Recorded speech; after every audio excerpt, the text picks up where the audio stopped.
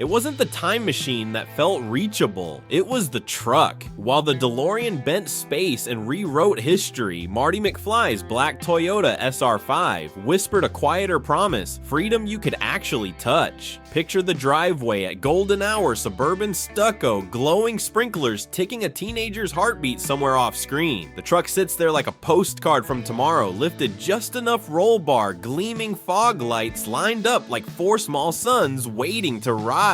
You don't need plutonium to change your life, the film seems to say. You just need keys, gas, and someone you want to pick up. This is why the moment lands. It's ordinary and mythic at the same time. Maybe every kid in 1985 knew someone with a similar pickup. Maybe they knew nobody at all, but they recognized the feeling. SR5 meant capability. 4.4 meant the road wouldn't get the last word. You can almost hear the manual shifter click into place, the promise of a weekend at the lake, the courage to turn a crush into a plan.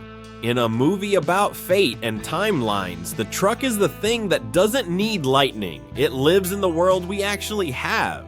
And that's the trick. The dream is scaled to human size. No flux capacitor, no paradox, just a dependable Japanese pickup painted midnight, made luminous by possibility. Perhaps that's why it outlived the credits. Long after audiences forgot who stood where in the town square, they remembered the silhouette on that driveway. A truck is not a prophecy, but it can be a direction. It tells you where you might be headed if you dare leave the cul-de-sac. What if the secret of Back to the Future wasn't the machine that breaks time, but the truck that starts it? The machine that says, go when you've been waiting your whole life for permission. 20. The hidden hero beside the DeLorean.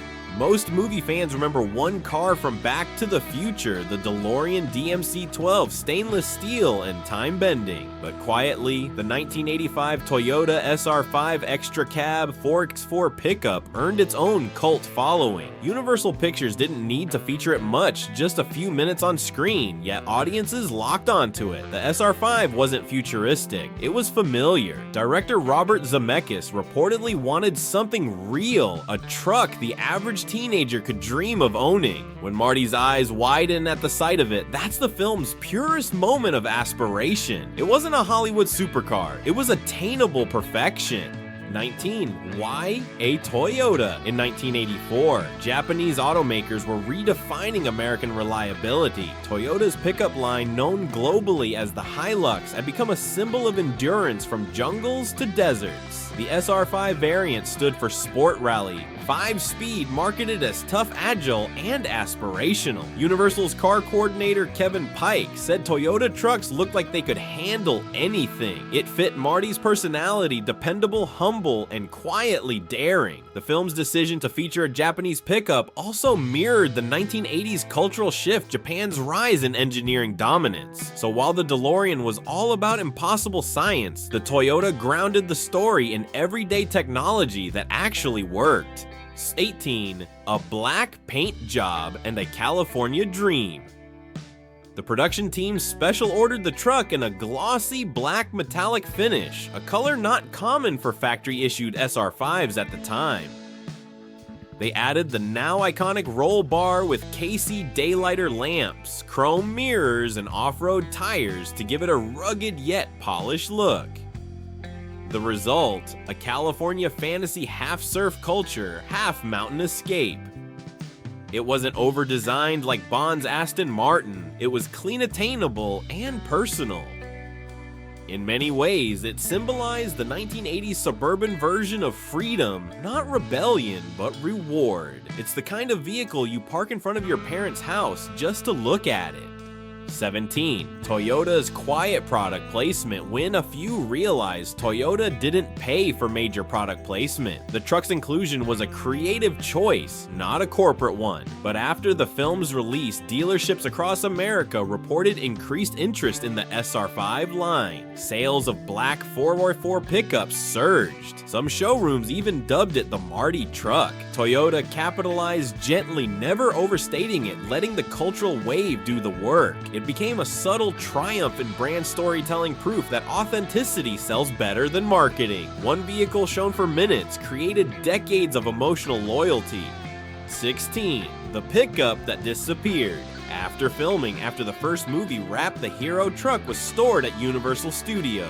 Then it vanished. Some reports suggest it was stripped for parts. Others say it sat neglected in a backlot covered in dust for years. Fans speculated endlessly. By the time Back to the Future Part 2 began shooting, a replica had to be built. The original Marty truck became Hollywood folklore, one of those mysterious props lost to time. Ironically, a fan found what might have been the original frame decades later, rusted but intact, hidden in the outskirts of California. Like the movie's timeline, it had to be rediscovered to be believed. The DeLorean traveled through time. Marty's truck got lost in it, and somehow that made it even more human. 15. The dream specs that never existed in the movie.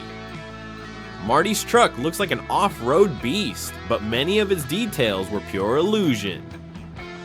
Fans who tried to replicate it later discovered that Toyota never sold an exact SR5 configuration matching the films. The roll bar, KC lights, chrome mirrors, and even the tire size were custom fitted by Universal's prop department. The truck didn't actually have the powertrain that hardcore enthusiasts imagined. Its 22RE 4-cylinder was modest, reliable, but far from a powerhouse. The magic wasn't in the mechanics, it was in how it looked parked under that golden California light. The film sold not performance, but possibility. 14. Filming error. The case of the vanishing roll bar. Sharp-eyed viewers noticed a continuity mistake in some early sequences. The truck's roll bar and KC daylighters appear, disappear, then reappear again. The reason two different SR5s were used during filming, one hero truck for close-ups and another stunt version for general shots. The lighting rigs were temporarily removed to fit into certain camera setups. It's one of those invisible Hollywood compromises that fans love to spot later. Yet ironically, those brief inconsistencies added to the truck's myth, almost as if it existed in two timelines at once, just like Marty himself. 13. The Power Window Mystery. Another quirk lies in the details. In Back to the Future, Marty rolls down the truck's window manually, but the SR5 trim at the time often featured power windows. Prop masters apparently swapped parts between variants to fit shooting needs, leading to a hybrid interior that doesn't correspond to any one model year. Collectors who have rebuilt replicas argue endlessly about whether the real truck had power controls or not. It's a debate that says more about obsession than accuracy, proving that even imperfections can become sacred when nostalgia drives the wheel. 12. The missed continuity in Part 2 and the 3 when Back to the Future. Part 2 premiered. Eagle-eyed fans noticed something off. Marty's beloved truck, restored by Doc at the end of the first movie, appeared slightly different, lighter in color, different mirrors, and modified tailgate decals. It wasn't a script oversight, it was a replacement vehicle built from scratch because the original was gone. By Part 3, it barely made an appearance at all. For something that represented Marty's dream, the truck itself faded from the narrative. Maybe unintentionally, the filmmakers captured real adulthood, how dreams often slip quietly into the background once time moves forward. 11. The restoration that went too far. In the 2000s, several fan restorations surfaced, claiming to be the Marty McFly truck. One particular replica gained viral fame online, but turned out to be over-restored, too shiny, too polished, losing that 1985 grit. Even Toyota's own tribute builds in later years couldn't quite recreate the mix of everyday realism and cinematic glow, perhaps because the original was born not in a lab, but in a backlot garage where imperfection was part of the charm. A truck can be replicated, but a moment can't. That's the paradox every restorer keeps chasing. The DeLorean was about bending time. Marty's pickup was about how time bends us, turning machines into memories and mistakes into myths. 10. The real-life replica. Toyota gave to Michael J. Fox. After the film became a sensation, Toyota North America quietly built a near-identical SR5 replica and presented it to Michael J. Fox as a token of appreciation. According to crew interviews, the truck arrived at his home fully equipped black paint KC daylighters, custom roll bar, the works. Fox reportedly drove it for a short time before gifting it to a friend. The vehicle later vanished from public records, igniting decades of fan speculation. Some believe it sits in private storage somewhere in California. Others claim it was sold quietly at auction. A replica born from fiction became a hidden treasure of reality, a perfect reflection of how blurred the line between movie magic and memory can be. 9. The prop department's secret signature prop builders at Universal Studios loved leaving Easter eggs, and the Marty truck was no exception. Under one of the truck's inner door panels, technicians reportedly scribbled their initials and a small BTTF logo during assembly. When a replica was dismantled years later, those markings resurfaced, confirming the long-standing rumor. It was a small human moment in a production obsessed with precision, a quiet reminder that movies aren't built by magic, but by hands. Even the smallest detail carried love, humor, and pride. For those who find it, it's like reading a signature in wet cement, invisible, until someone cares enough to look closer. Vertot, the Toyota that time forgot.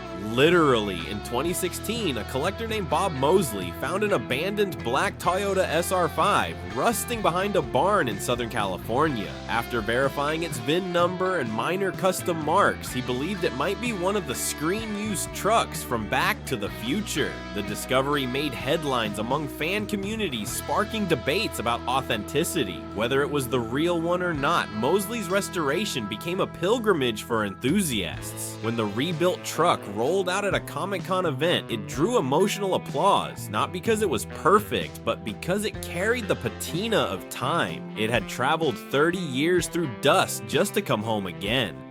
7. A hidden link to Doc Brown's garage. Few viewers noticed that the truck appears briefly in the same alley setup as Doc's workshop exterior in Hill Valley. According to set blueprints, Universal's lot reused the same stage for both, meaning Marty's dream truck was literally parked next to the birthplace of time travel. The symbolism is poetic, the pickup that embodies freedom standing beside the lab that defies it. It's an unintentional metaphor about the movie's two souls, one mechanical, one emotional. Fans who visit the Universal backlot today still search for the exact spot where that intersection happened. The dream of leaving, it turns out, was built right beside the dream of returning. 6. The secret meaning of the KC lights. Why those 4 glowing KC daylighters? They weren't just random off-road gear. According to production designer Larry Paul, they symbolized optimism, literally light in the dark. Marty's character arc in the film was about finding courage to step forward despite fear of failure. The 4 lamps represented his stages of confidence, shining brighter as he grew. It's poetic design disguised as practicality. That's why they glow so vividly in the film's final shot. It's not just illumination, it's transformation. The truck doesn't just light the road, it lights up who Marty becomes. Maybe the greatest secret wasn't hidden under a hood or in a VIN number. Maybe it's this: the truck wasn't built to last forever. It was built to remind us that dreams, even when parked, still hold their engine's warmth. 5. From movie prop to collector's holy grail. By the late 1990s, Back to the Future fans began chasing the Marty McFly truck with the same devotion reserved for the DeLorean. Enthusiast forums traded grainy VHS screenshots debating license plate fonts and bumper stickers. Original SR5 models from 1985-1987 skyrocketed in resale value. Some collectors even imported right-hand drive Hiluxes from Japan to rebuild their own replicas. What once cost $10,000 on a used lot became a $60,000 restoration project. For fans, it wasn't just about owning the truck, it was about reclaiming the feeling of that moment when the garage door lifted and Marty's face filled with wonder. The truck became a vessel for nostalgia, precision, and longing, proof that emotional horsepower matters more than mechanical specs. 4. Toyota's Homage. 4 decades later, in 2020, Toyota revived the legacy by recreating the Back to the Future SR5 using its modern Tacoma TRD off-road platform. The tribute truck appeared in special anniversary promotions matching every detail: black metallic paint, Casey lights, lift kit, and those signature chrome accents. The campaign tagline read, "The future is back." It wasn't mere nostalgia, it was acknowledgement that a movie prop had outlived its cinematic context to become an emblem of enduring design. For younger audiences, the replica became a discovery. For older fans, a return. Toyota didn't sell dreams this time, it simply reminded people that it once built one that still runs. Number 3. Fan restorations that became folk art across the world. Ordinary people started building their own McFly pickups in garages, barns, and suburban driveways. Each restoration carried personal stories: a father and son finishing theirs before graduation, a veteran restoring one to cope with PTSD, a teacher turning his into a mobile classroom about movie history. These weren't just replicas, they were letters to the past written in steel and sweat. Some fan clubs began organizing annual Hill Valley meetups, lining rows of black SR5s under neon lights, headlights glowing like time portals. The line between fandom and faith blurred what began as a fictional dream became a shared ritual of memory. Chapter 2. The emotional afterlife of a simple truck. When Michael J. Fox announced his Parkinson's diagnosis, Back to the Future fans revisited every object associated with him, especially the truck. Toyota owners began posting photos of their SR5s, tagged the "Keep Driving Marty," a symbol of endurance and hope. The vehicle that once stood for teenage freedom evolved into a metaphor for resilience. Collectors started describing the pickup not as a prop, but as the car that still believes. In fan gatherings, it often draws tears, because what people see now isn't a piece of metal, it's time itself, still idling, still waiting for one more ride. Maybe that's the real-time machine, not the DeLorean's flux capacitor, but a black Toyota that lets us step back into who we were for the length of a heartbeat and the sound of an engine starting. The one. The moment that never needed time travel. Here's the thing no one says out loud. Back to the Future's most powerful moment doesn't involve the DeLorean hitting 88 miles per hour. It happens when a garage door opens and Marty sees that truck. For all the talk about science fiction, it was the one scene that felt real. A boy, his dream, and the kind of silence that only comes before ignition. The future isn't light speed or paradox. It's the second you realize something you've wanted, your entire life is finally there, waiting, breathing in front of you. That's what made the Toyota SR5 immortal. It wasn't famous because of gadgets or chase scenes. It was famous because it stopped time without trying. Every viewer remembered that driveway, the black paint catching sun, the reflection of a kid who still believed anything was possible. When Marty runs his hand over the door, he's touching the American dream, not the one sold by corporations, but the handmade version built from hours, grit, and hope. Even now, when fans rebuild the truck, they aren't recreating a prop. They're rebuilding that single second, the look of disbelief and wonder, the breath before freedom. The truck never needed a flux capacitor because it already did what time machines are meant to do. It took us back to the moment when the future felt open. And maybe that's the truth hiding in plain sight. The DeLorean traveled through time. Marty's Toyota traveled through us. Maybe all great stories have one quiet vehicle parked inside them, waiting to remind us that some dreams don't fade. They just wait for us to turn the key again. In the end, the 1985 Toyota SR5 pickup isn't just a piece of movie trivia, it's a mirror. It reflects every person who ever looked at something beautiful and thought maybe someday. Marty McFly's truck was never about horsepower or luxury. It was about proximity to freedom. It was about what happens when a dream stops being abstract and becomes metal, sound, and light. When Back to the Future first hit theaters, the DeLorean gave audiences imagination, but the SR5 gave them permission. Permission to dream smaller, closer, more honestly. It wasn't the fantasy of rewriting time, but of making the present good enough not to need rewriting. That's why 40 years later, people still chase it. The replicas, the restorations, the tribute builds, they aren't nostalgia, they're connection. You could say that truck lived multiple lifetimes, one on screen, one in memory, and one under every garage light where someone's still sanding a fender, still repainting the stripes, still whispering, almost done. It has become more than a car, it's a living echo of a feeling we don't want to lose. And that's what Cars Behind the Screen is really about, the machines that remind us who we were when we first fell in love with stories. The ones that taught us that cinema doesn't just show us worlds, it drives us toward them. Because somewhere in a quiet garage or a dusty backlot, Marty's dream truck is still waiting. The lights still glow, the key still turns, and if you listen closely, maybe you can still hear the future starting.